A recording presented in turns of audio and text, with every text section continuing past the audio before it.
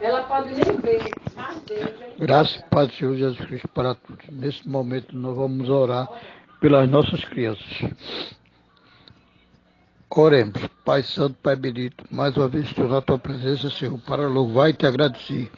Obrigado, Senhor Jesus, por essa rica oportunidade de estarmos aqui louvando e glorificando teu santo nome.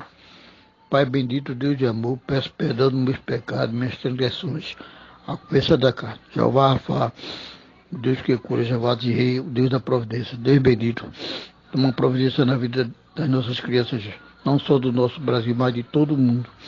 Deus bendito, estende tuas mãos poderosas sobre eles, sobre as nossas crianças, Senhor. Abençoa cada uma delas.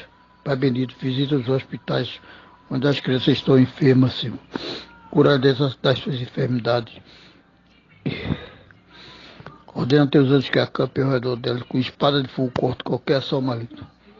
Pai bendito, Deus de amor, abençoa as crianças que estão internadas no hospital do câncer, Senhor Jesus. Cura desse câncer, dessa doença tão terrível, Senhor Jesus. Tem misericórdia dela. Deus Santo, Deus Todo-Poderoso. Abençoa as crianças que moram na rua, que estão em orfanato, Senhor Jesus. Dá um lar digno a elas. Ordena teus anjos que acampem ao redor dela. Dá livramento a elas, Senhor Jesus. Tem misericórdia delas. Deus bendito, Deus de amor. Eu te agradeço por tudo. Eu não teu filho amado Jesus Cristo, que vive e reina para todo sempre. Amém e amém.